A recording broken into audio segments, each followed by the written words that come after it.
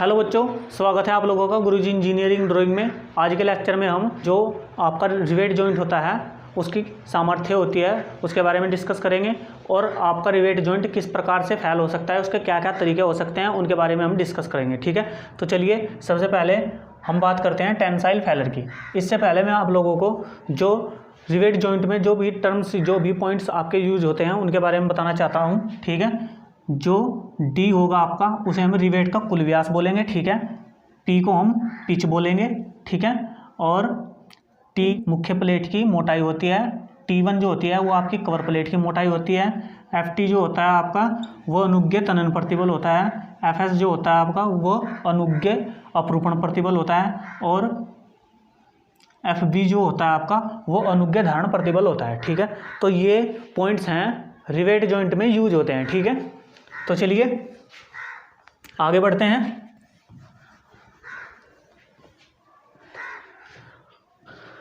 आगे बढ़ते हैं टेंसाइल फेलर की ओर। ठीक है, टेंसाइल फेलर क्या होता है? ठीक है, देखिए ये मैंने यहाँ पर एक रिवेट जॉइंट बनाया हुआ है जिस पर तनन बल आ रहा है। ठीक है, जब तनन बल आता है तो जो हमारा रिवेट लगा हुआ है, अब ये देखिए तनन बल यहाँ से इस प्लेट को इधर को खींचने की कोशिश कर रहा है और इस प्लेट को इधर से इधर को खींचने की कोशिश कर रहा है।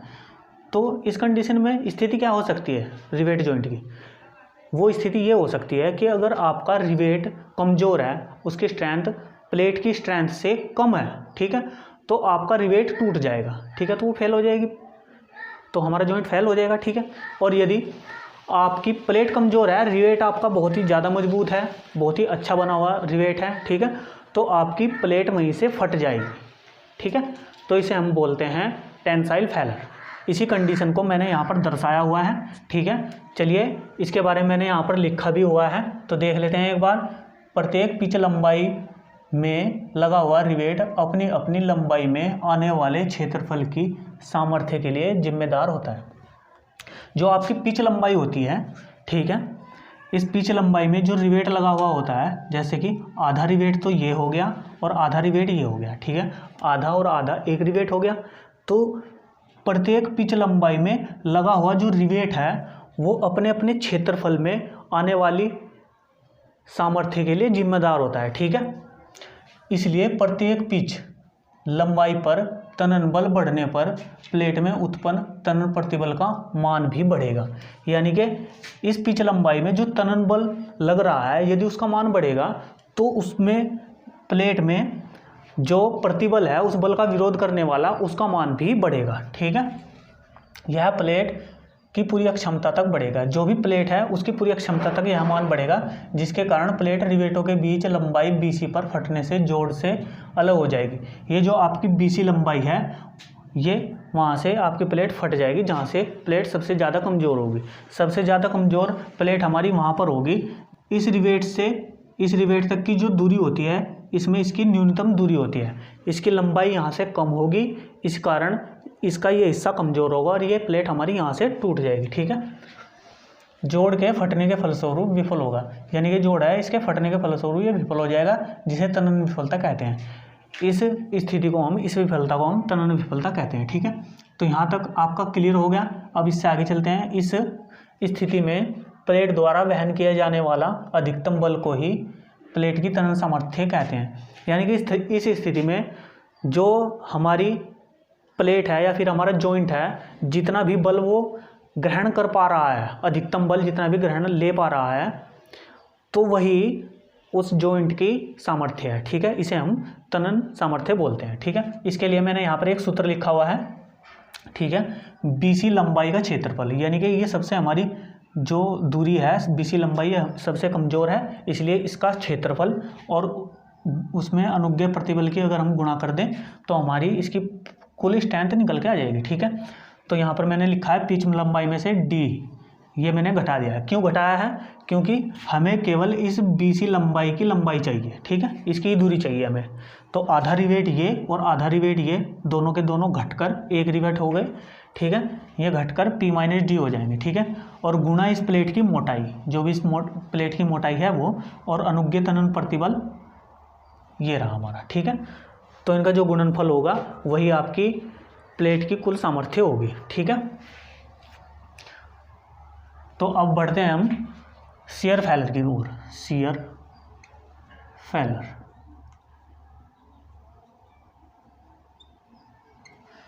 Shear failure. हाँ तो बच्चों अब शुरू करते हैं हम शियर फेलर की कंडीशन। ठीक है, आपका रिवेट जॉइंट जो है शियर में कैसे फेल हो सकता है। ठीक है, देखिए यहाँ पर मैंने एक चित्र बनाया हुआ है रिवेट जॉइंट का।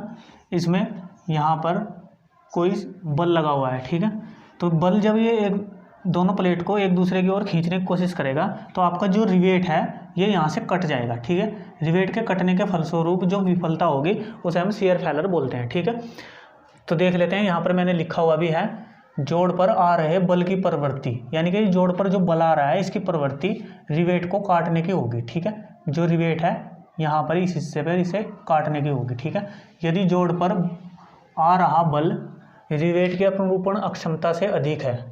ठीक है, यानी कि जो ये बल है वो रिवेट की अपरूपण अक्षमता से यदि अधिक है तो रिवेट कट जाएगा। इस स्थिति में रिवेट कट जाएगा और नहीं तो नहीं कटेगा फिर। ठीक है, क्योंकि अगर रिवेट पर आ रहे बल की अक्षमता रिवेट की क्षमता से अधिक नहीं है तो फिर कैसे कट जाएगा। ठीक है, तो यहाँ पर कहा गया है रिवेट की अपरूपण क्षमता से यदि अधिक होती है तो रिवेट कट जाएगा तथा प्लेट अलग हो जाएगी। ठीक है, इस कंडीशन में जो है प्लेट वो अलग हो जाएगी, यहाँ से अलग हो जाएगी प्लेट। ठीक है, फलस्वरूप जोड़ विफल होगा और इस विफलता को हम अपरूपण विफलता कहते हैं। ठीक है, अब चूंकि आपका रिवेट फेल हो रहा है इसलिए जो सामर्थ्य होगी वो रिवेट के आधार पर ही ली जाएगी। यहाँ पर देखिए मैंने रिवेट का क्षेत्रफल लिखा हुआ है और गुणा इसका अनुज्ञित अपरूपण प्रतिबल। ठीक है, तो ये हो गया आपका रिवेट की कुल सामर्थ्य का सूत्र। ठीक है, अपरूपण सामर्थ्य, अपरूपण सामर्थ्य। ठीक है, तो ये थी रिवेट की अपरूपण सामर्थ्य। तो चलिए अब बात करते हैं सिंगल शियर की। सिंगल शियर क्या होता है? सिंगल शियर, सिंगल शियर में मैं आपको आसान शब्दों में बताऊंगा। जो सिंगल शियर होता है उसमें रिवेट के शियर का एक ही तल होता है। ठीक है, जब एक तल शियर होगा यानी कि एक तल में वो कटेगा तो उसे हम सिंगल शियर बोलते हैं। ठीक है, और डबल शियर किसे बोलते हैं? Double shear. जो डबल शेयर होता है उसके बारे में बता रहा हूँ। जैसे कि डबल शेयर वहाँ पर होगा जब आपका बट जॉइंट कार्य करेगा। ठीक है, बट जॉइंट में जो कवर प्लेटें लगी हुई होती हैं उनमें आपका डबल शेयर होता है। जैसे कि ये आपका रिवेट है, ठीक है, ये आपकी मेन प्लेट है, मेन प्लेट। ठीक है, तो इसमें क्या होता है, एक तो रिवेट का तल ये वाला और एक ये, तो इसमें दो तल अलग हो जाते हैं। ठीक है, इस प्लेट से रिवेट के दो तल अलग हो जाते हैं, इसलिए इसे हम डबल शेयर बोलते हैं। ठीक है, तो जो सिंगल शेयर होता है उसमें हम π/4 d² इंटू FS का ही सूत्र यूज करते हैं PS के लिए। लेकिन डबल शेयर में डबल शेयर होने के कारण इसमें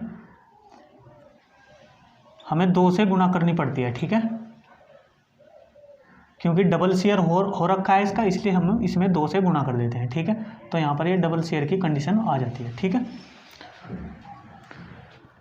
तो चलिए बच्चों अब देख लेते हैं आपका रिवेट जॉइंट बियरिंग में कैसे फेल होता है। ठीक है, बियरिंग में फेल होने का उसका कारण क्या हो सकता है। सामान्य सी भाषा में मैं आपको बताऊं कि आपकी जो प्लेट होती है और आपका जो रिवेट होता है, ठीक है, यदि आपका रिवेट प्लेट की सामर्थ्य से ज़्यादा सामर्थ्य रखता है, ठीक है, तो आपकी जो प्लेट है वो रिवेट की जगह से घिस जाएगी। कुछ इस तरह का उसका साइज हो जाएगा। ठीक है, थोड़ा इधर से घिस जाएगी, थोड़ा इधर से घिस जाएगी इस बल के कारण। और यदि आपका रिवेट प्लेट की सामर्थ्य से कमज़ोर है, ठीक है, तो आपका रिवेट घिस जाएगा, जिसे हम रैप्चर बोलते हैं। ठीक है, जो ये घिसना होता है इसे हम रैप्चर बोलते हैं। यानी कि अगर प्लेट की सामर्थ्य अधिक होगी तो रिवेट का रैप्चर होने लगेगा, और यदि रिवेट की सामर्थ्य अधिक होगी तो प्लेट का रैप्चर होने लगेगा।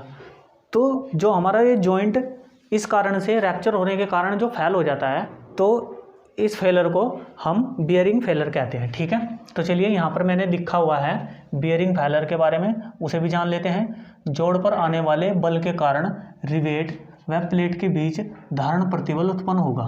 ठीक है, जो आपकी प्लेट है इस पर आने वाले बल के कारण जो रिवेट है वह प्लेट के बीच धारण प्रतिबल उत्पन्न होता है। ठीक है, इसका मान निर्धारित सीमा से अधिक होने पर प्लेट या रिवेट का रैप्चर होगा। इसके फलस्वरूप रिवेट छिद्र फैल जाएगा तथा जोड़ विफल होगा, यानी कि रिवेट छिद्र के फैलने के कारण आपका जॉइंट फैल हो जाएगा। दूसरी संभावना फैल होने की ये हो सकती है, रिवेट व्यास रिवेट छिद्र की अपेक्षा कम होगा। यहाँ पर देखिए मैंने यहाँ पर क्या लिखा हुआ है कि रिवेट व्यास रिवेट छिद्र की अपेक्षा कम हो जाएगा, यानी कि आपका जो रिवेट छिद्र है, ठीक है, ये तो घिसेगा नहीं, ठीक है, लेकिन जो आपका रिवेट है उसका जो सैंक वाला हिस्सा है वो घिसने लगेगा। ठीक है, तो ऐसी कंडीशन में भी जोड़ हमारा फैल हो जाएगा, जो हमारा जॉइंट है वो फैल हो जाएगा। इसे ही धारण विफलता कहा जाता है। ठीक है, ये विफलता जो है रिवेट के व्यास पर आधारित होती है। ठीक है, तो इसी कारण ये रिवेट का व्यास है, यहाँ पर ये प्लेट की मोटाई है और ये आपका धारण में अनुज्ञेय प्रतिबल है। ठीक है, तो इस प्रकार से हम रिवेट की सामर्थ्य भी निकाल सकते हैं। जो आपके जॉइंट्स होते हैं इनमें ये 3 प्रकार की विफलता ही आती है। ठीक है, एक तो टेंसाइल फेलर, इसमें आपकी जो प्लेट है वो फट जाएगी। ठीक है, और दूसरी शियरिंग फेलर, इसमें आपका रिवेट कट जाएगा। ठीक है, तीसरा बियरिंग फेलर, इसमें आपका रिवेट जो है घिसने लगेगा या फिर आपकी प्लेट घिसने लगेगी। तो आपका जॉइंट इन 3 कारण से फेल हो सकता है रिवेट जॉइंट्स के अंदर।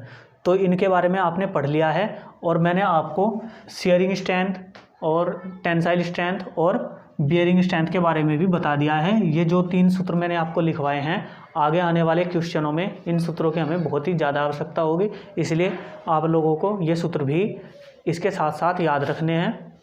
तो बच्चों, आपको हमारा ये वीडियो कैसा लगा? यदि आपको हमारा वीडियो पसंद आया हो तो इसे ज़्यादा से ज़्यादा शेयर कीजिए और हमारे चैनल को सब्सक्राइब करना बिल्कुल भी ना भूलिएगा। जय हिंद।